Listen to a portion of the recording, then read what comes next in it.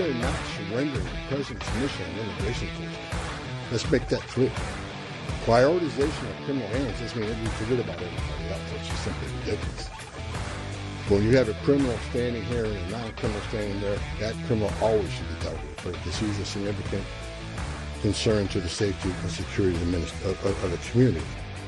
Yes, Tom Homan, our border czar, holding a press conference bright and early this morning, or dark and early, in Minneapolis, talking about what's going on in Minnesota, what he's doing there, and, you know, bad guys will be bad guys. Tom Homan, Minneapolis. What do you start in the 7 a.m. hour local time, the 8 a.m. hour on the East Coast? Early to rise. You know, you got to get those illegal aliens. They're coming home around 7 a.m. in a lot of cases.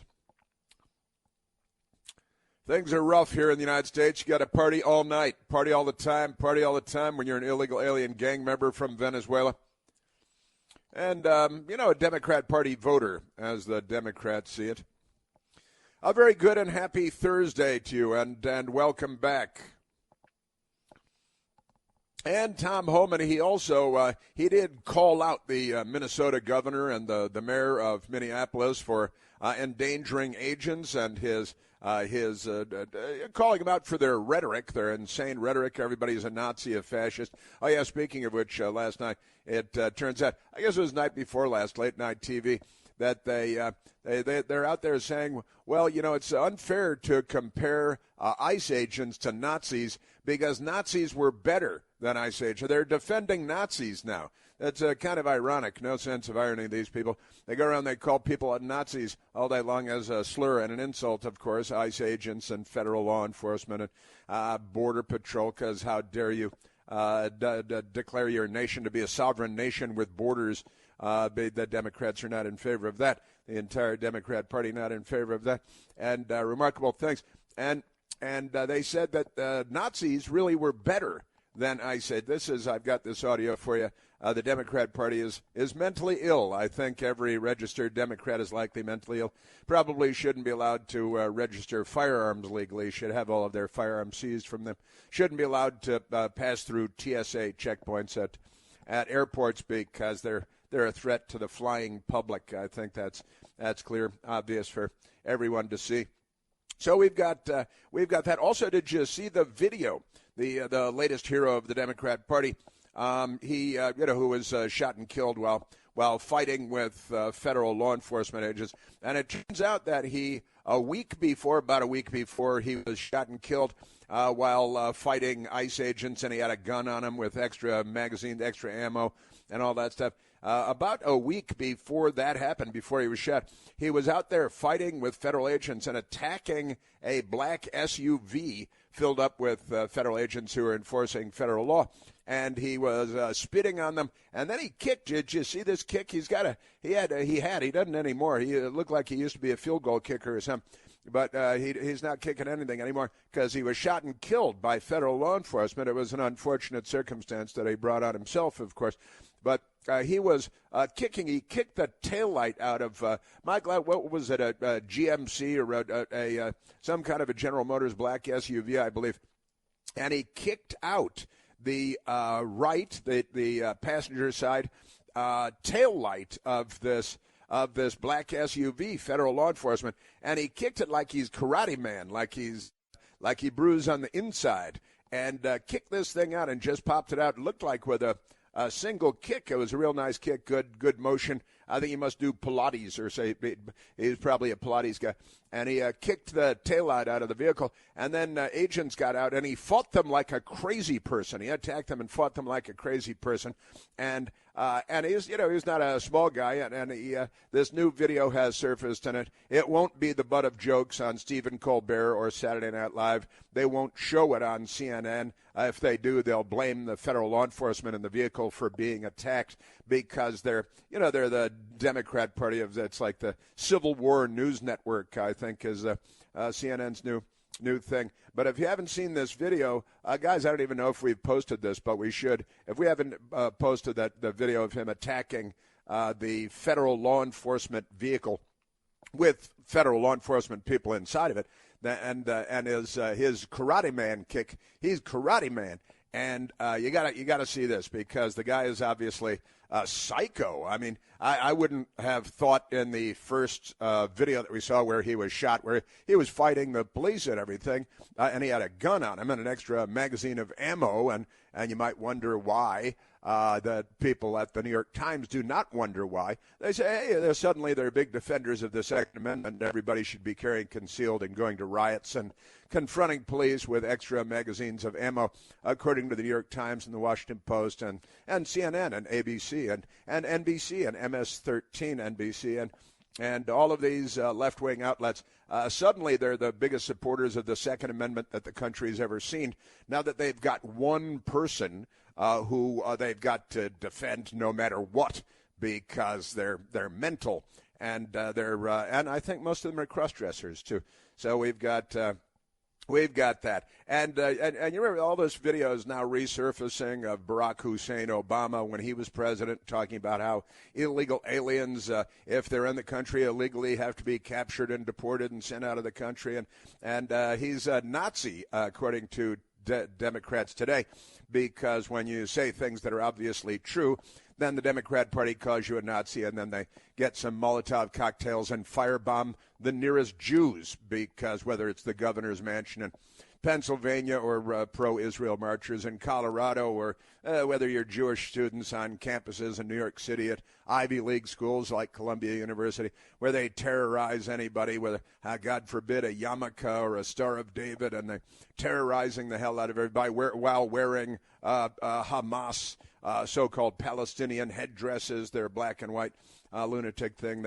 The Democrat Party, pretty amazing stuff that we've got going on, and it's all the Democrat Party. They're all completely insane, and they just want to have a lawless, borderless country where Venezuelan gangs rule supreme and tax-paying citizens can beep and they can, because the Democrats want nothing to do with that. Also, I talked about this yesterday, and it's making news all over the place. College hospital rocked by watchdog after radical anti-ICE nurse fired for vile videos. And I was playing some of this for you yesterday. This is crazy. And there are a whole bunch of them. This is the Virginia Commonwealth University. It was one of our brilliant callers yesterday that called in with this, with the VCU, Virginia Commonwealth University. And this lunatic who's supposed to be a nurse talking about torturing people to death if they didn't vote the same way that she voted, because, you know, according to the Democrats, everybody who's not a communist is a Nazi. And, of course, the Nazis and the communists there was very little daylight between them in the 20th century. And now the Democrat Party's here. They're firebombing the Jews and terrorizing Jewish students and faculty at universities in New York and in Washington, D.C., at the George Washington University, with their projections on the walls of buildings and from the river to the sea, let's wipe Israel off the face of the earth and kill all the Jews. And then they call everybody Nazis. No sense of irony. I've been saying for years these people have no sense of irony, and they keep proving that they have no sense of irony every single day. Isn't that amazing? Yeah, but this Virginia Commonwealth University nurse woman who said, you know, she's obviously a political extremist, a radical, and stupid, because she posts videos of herself saying these truly outrageous things. She should be barred from nursing or engaging in any healthcare activity or, you know, any public service for the rest of her life. She should probably be put in the Gulag Archipelago and left to starve to death, as her allies in the Soviet Union used to do with their political enemies. So we've got that. Got a bit of an update on that, because these people, I've got to say, we've been yanking audio. That's what we do around here. We yank audio. We pull audio. We gather audio so that we can share it with you. And there's a lot to share. That's for sure. Got a little bit of Mayor Mamdani. He's out there, and in New York City, they've got a police commissioner there named Jessica Tisch, and she hasn't been too public. She hasn't been too bad. She's probably bad in secret behind closed doors. But we've got that going because they came out because another Democrat attacked another synagogue last night in Brooklyn, New York, using his car, crashing his car repeatedly through the front of a synagogue when it was filled with Jewish people worshiping at the synagogue. And the lunatic crashed his car through the front. Did you see the Democrats in California that crashed their car through the front of a jewelry store and jumped out?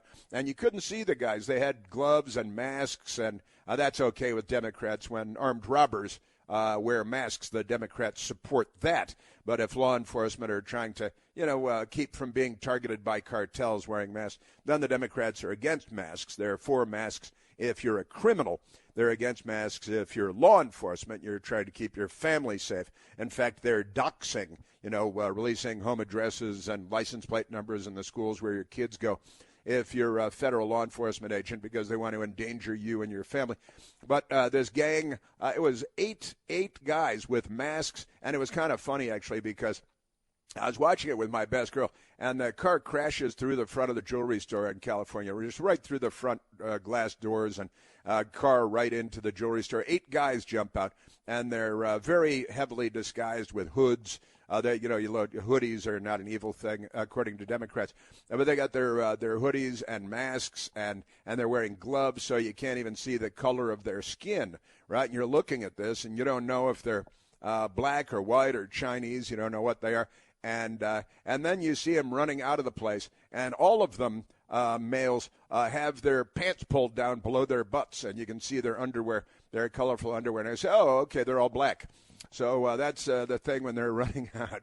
You couldn't see. There was like, wow, they really kept themselves from being identified at all. Can't even tell what color they are until you saw all of their underwear and their butts sticking out. And you said, oh, okay, well, that's first I saw one. I was like, well, that guy's black. You see everybody's running out, and you can see their underwear, all their pants pulled down to their thighs. Okay, well, now they're looking for black guys. And they actually did arrest. The 2 cars, there were 2 carloads of these criminals, and they went racing away, and both of them crashed because they're not the brightest people in the world. And both of them, and there were severe crashes, really high-speed crashes. And then the police arrested initially 7 of them. I think they might have gotten all 8 of them. But the pants pulled down below the butts thing was funny. They don't know what kind of evidence they're giving to the police. Everything's on camera, of course, because everything's on camera. But that was kind of funny. And the Democrat Party is a violent criminal party, and their elected leaders, they protect and defend violent criminals, in particular illegal aliens. But they also like jewelry store robbers that show us their underwear when they're running out the door, and probably stolen cars that they then crash and then get in shootouts with the police. And the Democrats are like, well, that could be my son. And that's how they it's the Democrat Party. They're not on the side of civilization. I think that's really the problem. Is civilization is what they're against. Isn't that amazing? Just appalling. I think I mentioned yesterday that a Clinton-appointed judge, has blocked ICE from deporting or transferring in any fashion the 5-year-old who we now call Liam. Like he's, Liam Neeson, like he's an Irish kid. Liam Conejo Ramos, and his father. His father is the guy that ditched the police and ran away and left his 5-year-old boy in the car while he fled the scene. And then the police had to chase him down and arrest him. And he immediately became a hero of the Democrat Party. They want to run him for Congress, I think. And judges said, no, you can't deport them. They're Democrats. And the 5-year-old is going to grow up to run for the Senate. Pretty remarkable stuff. We've got a lot going on for you today, as you might expect. We've got also a big deal, an FBI raid in Fulton County, Georgia, which was the epicenter of election fraud. And President Trump, we got the Director of National Intelligence, Tulsi Gabbard. She was down there for the raid at Fulton County, and the Democrats running the election center there. They wouldn't let members of the state election board in to the building because they're Republicans. And that's where all of their documents and their votes are stored, cases and cases, pallets and pallets.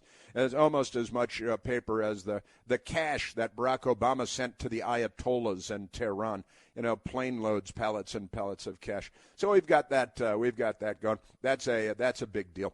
And we are at 888-630-9625. 888-630-9625.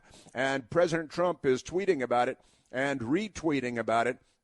And he's bringing up the election fraud that he's been talking about for so long. A couple of key tweets shared by President Trump on the subject about Wisconsin, about Georgia, and he's not giving up. Now we've got to see the Department of Justice and the FBI start actually arresting people for the crimes that they have allegedly committed. I think we'd all like to see that. That'd be good. We saw a lot of it a couple of years ago, and we haven't seen a lot of it since, but maybe it's time we stepped up the game on that front. We remain at 888-630-9625, and an update on the lunatic Democrats in Ohio and in Pennsylvania threatening to kill President Trump and calling everybody, Nazis and fascists while they terrorize the Jewish population of the United States. To demonstrate the no sense of irony thing. 888-630-9625.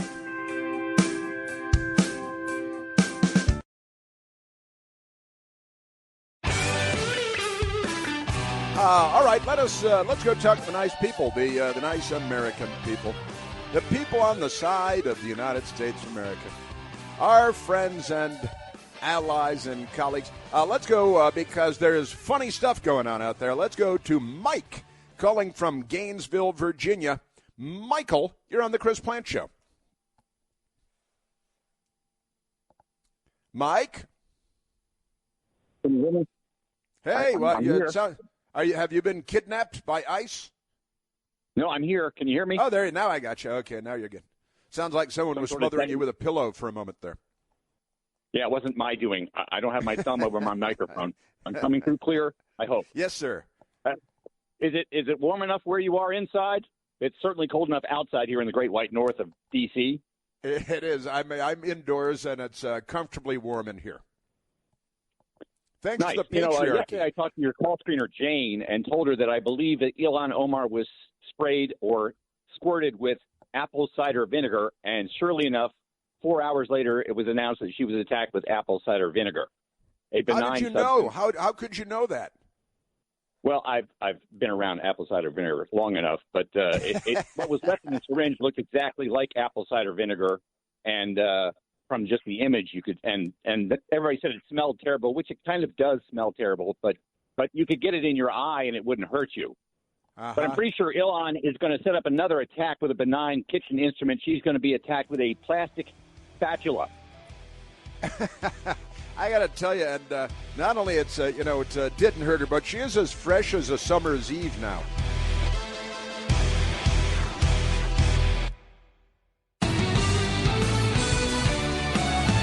Now, one of our great listeners called in a little while ago and spoke to Jeff on the telephones today.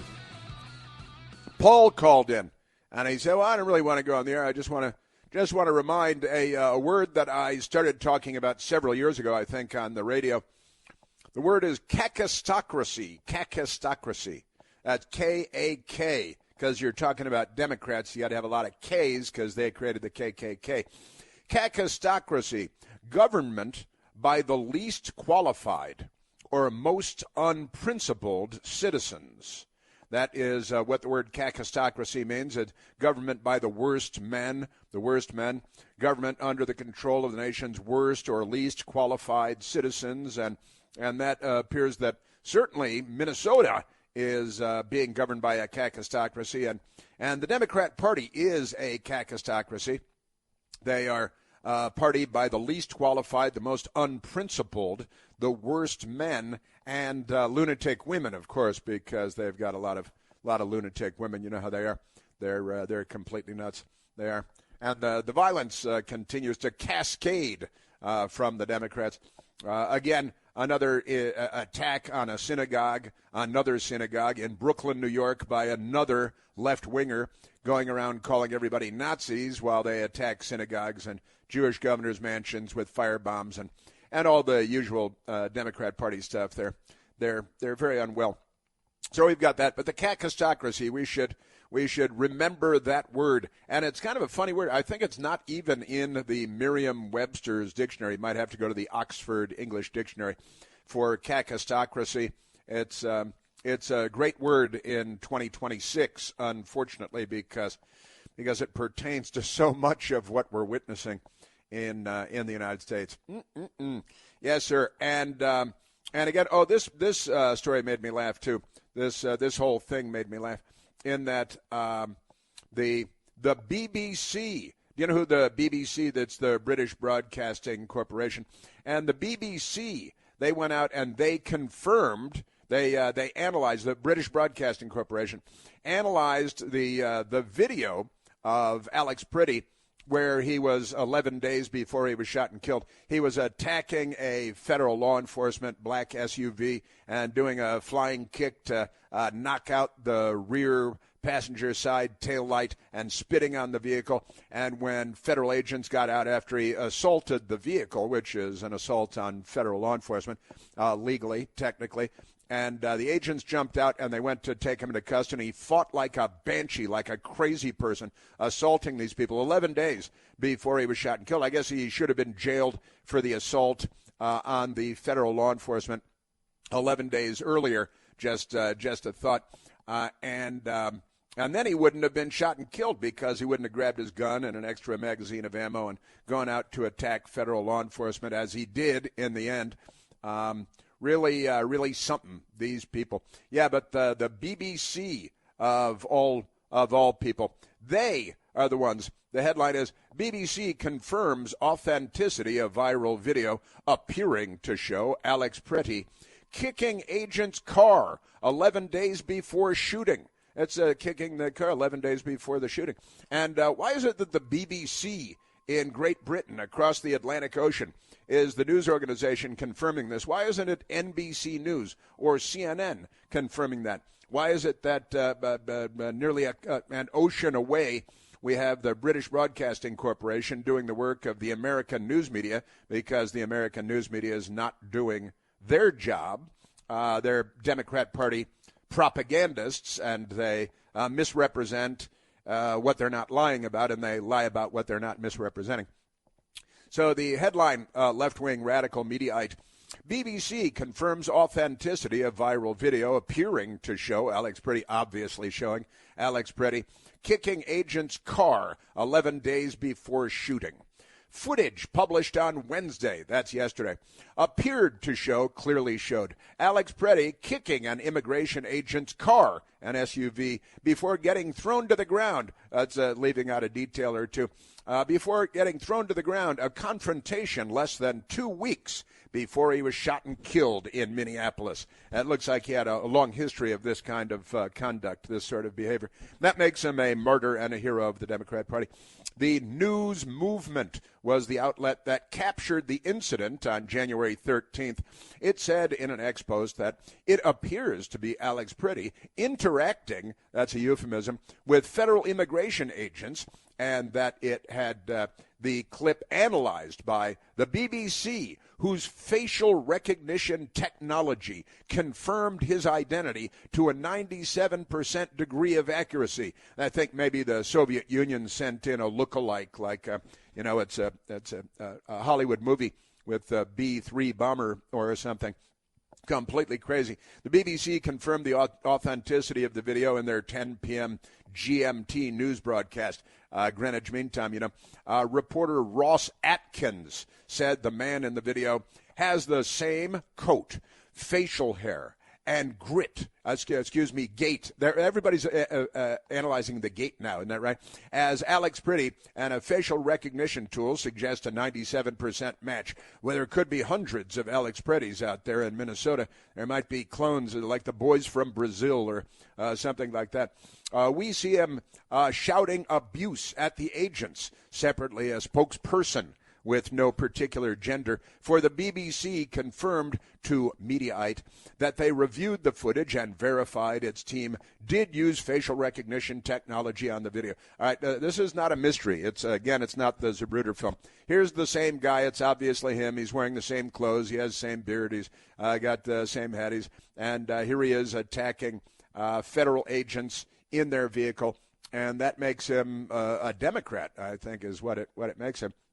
But the agents are in the vehicle, and crazy man Alex Pretti, a run-of-the-mill Democrat, he's out there attacking their vehicle and throwing out what I've got to say is a very good kick at the taillight, and he detaches the entire tail. He's spitting on the windows where the agents are inside, and then he throws a kick at a second kick, and bam, pops the whole taillight out of the thing like he really knows how to kick. He must have gone to left-wing taillight kicking class, something like that. And then the agents get out, and you can't tell they're agents except for the body armor and the helmets and the gloves and the uniforms and the firearms and the gas masks and the government vehicle, and everybody can tell.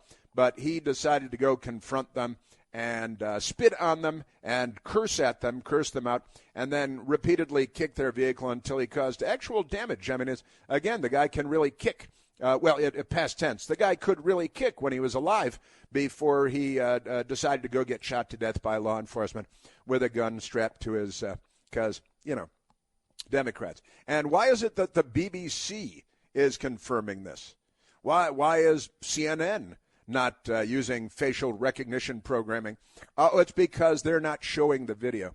And if they were, they would use it to indict federal law enforcement for daring to respond when a crazy person at 6'4" or whatever he is spitting on their vehicle and cursing them out, and then throwing good kicks at their taillights and popping them right out of the black SUV's body.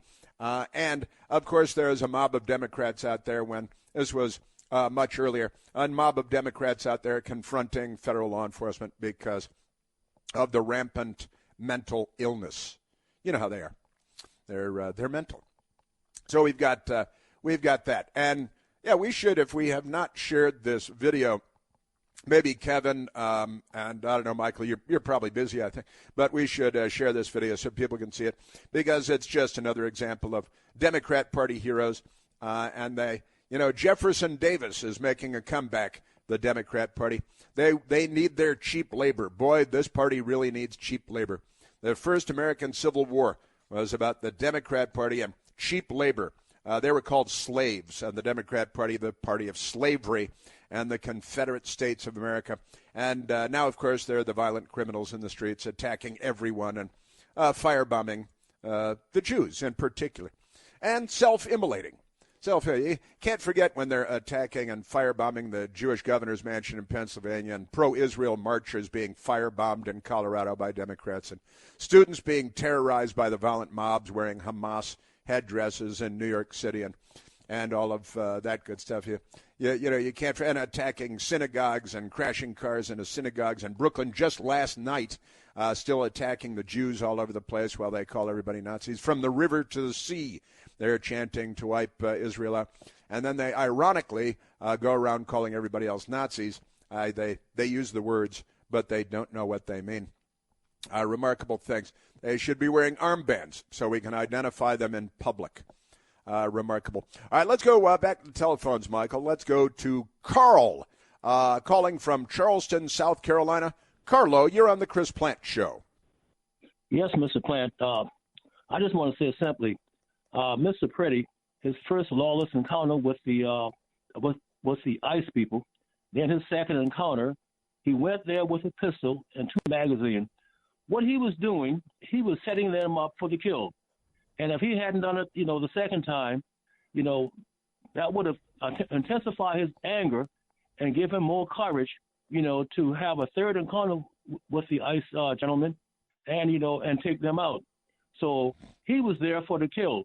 And one final thing, so far as the protesters, in 1961, 62, 63, I was about 12 years old, and I saw it on television. If the blacks who were marching down south if they had attacked the law enforcement, the National Guard, or whatever, there would have not been enough room in the cemetery to bury them. Yeah. No, look, you're right about that. Well, listen, Carl, they're pretending this is a civil rights issue. It's civil rights for illegal alien gang members from Venezuela to shower with your teenage daughter and to go on public assistance and welfare. And Carl, I mean, you speak with great clarity, I've got to say, and you're saying that Alex Pretti went there the first, and it sounds like you've seen the video of him kicking out the taillight and so on. And then his second encounter, he brought a pistol and presumably he didn't have the pistol first time around because he was taken into custody then too, and I think they would have found the pistol then. So he was angry and came back, and all the news media is reporting he had a broken rib, but there is no evidence to show that he went to a hospital, that he was diagnosed with a broken rib. That sounds like another Democrat Party lie. He probably had a bruise or something, but it's another Democrat Party lie, it sounds like, to justify violence, because that's the Democrat Party, Carl. And it sounds like you've got their number. But you said his second lawless encounter, very clearly stated, that he was there setting them up for the kill. So you think that because he showed up with his 6-hour 9mm pistol and 2 magazines loaded with ammo, that he was there to open fire on them. That's your conclusion based on what you've seen. Well, if he hadn't gotten his second encounter, if he hadn't gotten the shots off, then he would have been angry and he would have approached them at another point, a third time, ready for the kill. So he staged that. And also, too, Mr. Plant, a final thing I want to say, too, across the nation, all the people. Yes, sir. I came up back to civil rights. In a few months, I'll be 75 years old. I was a young kid then. Uh-huh. But the black folks down there, the civil rights bill, all the rights that we have now, women's rights and job rights, that came from the backbone of the civil rights bill from Congress. All of those bills came because of fairness and righteousness, because of the civil rights march. Everybody should enjoy it. But I'll say like this. The black folks down south, we did not attack law enforcement. If we did, like I said, there would not be enough room in the cemetery to bury us back then. So when Dr. Martin Luther King said peaceful march, he knew what he was doing. So in other words, nothing's going to get done with this not respecting law enforcement. And also, too, with Congress. You can shut down the government. But the point is, all these federal judges, you tell these people, first of all, you have no right to attack the policemen, because once we do not have law enforcement, we will be a country in chaos. And don't you forget it. It will happen. A country in chaos. Yeah, well, I agree with you 100%, Carl. I've got to say, and everything you said, and you're absolutely right that the civil rights marchers in the South, all over the South, and you know that Sheriff Bull Connor with the attack dogs and the fire hoses, that he was a statewide leader of the Democrat Party. The governor, George Wallace, statewide leader, Democrat Party, and standing in the schoolhouse door at Central High in Little Rock, Arkansas, Democrat Governor Orville Faubus, statewide leader of the Democrat Party. That's where Bill Clinton came up, by the way. And you're right that the violent attacks in the civil rights march era, the attacks were by the police overwhelmingly. Until we got to the 68 convention in Chicago. And then we had the left, the hardcore lefties attacking the police. They still call it a police riot. But, Carl, you and I know that it was a left-wing riot in Chicago, pro-North Vietnamese communist, pro-Viet Cong, and anti-American. And you're right, you said 61, 62, 63, and the black civil rights marchers in the South. And, right, they didn't attack the police. They weren't the violent mob, and they had legitimate grievances as opposed to these left-wingers in Minnesota and in Minneapolis in particular, Carl. You got their number, pal. You've got your finger on the pulse. I know you do. And the Democrats, they're completely nuts. And And I don't know if you've heard me talk about this, Carl, but my stepfather, who I grew up calling Dad, was a news reporter in that era, and he crossed the Edmund Pettus Bridge with Martin Luther King and was there for a great deal of that violence. And then, and then came home to us in Chicago to the dinner table to tell us about all that. And more on that subject for another time. Carl, glad you called in. Thank you, buddy, and an early happy birthday to you as well.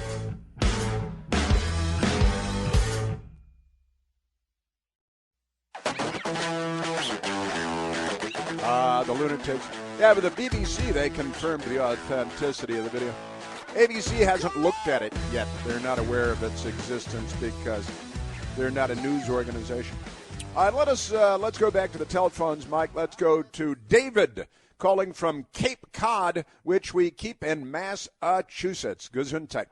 David, you're on the Chris Plant Show. Good morning, Chris. How are you today? Couldn't be better, my friend.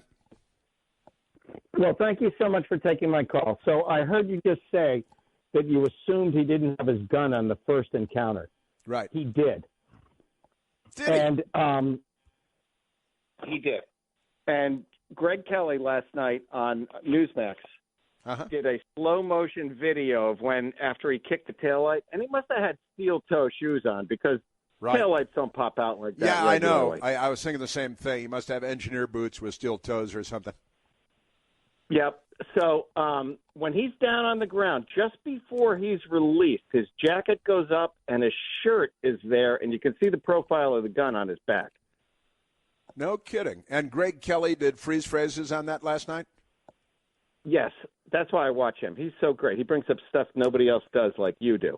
He is great. Let me tell you, he's also a great guy. I like him personally. He's a great guy, and he's funny, and he's a former Marine Corps officer. Harrier pilot, and his father was the police chief in New York. Exactly. Ray Kelly, who was a great police chief. Yeah, great family, great Marine Corps officer, great news anchor on Newsmax, and just a really good guy and funny. Well, I like funny people, as you know, and as Jerry Seinfeld said when he turned 70, he goes, I don't have much time left. I only want to hang around with funny people. Did he say that? He's 70? Jerry Seinfeld is 70? Jerry Seinfeld, 70. I did not know that. He still, I think of him from the TV show. I think of him as in his 30s. But he's a good guy. And the Democrats are out there terrorizing him every time he shows up in public, too, because he's Jewish. And then they call everybody Nazis. Kind of ironic, huh, David? You're the kind of guy I want to hang out and have a beer with. Yeah, me too. Me too. That's why I stay home alone and drink. Just kidding. I'm only kidding. I don't stay home alone and drink. Just a little joke.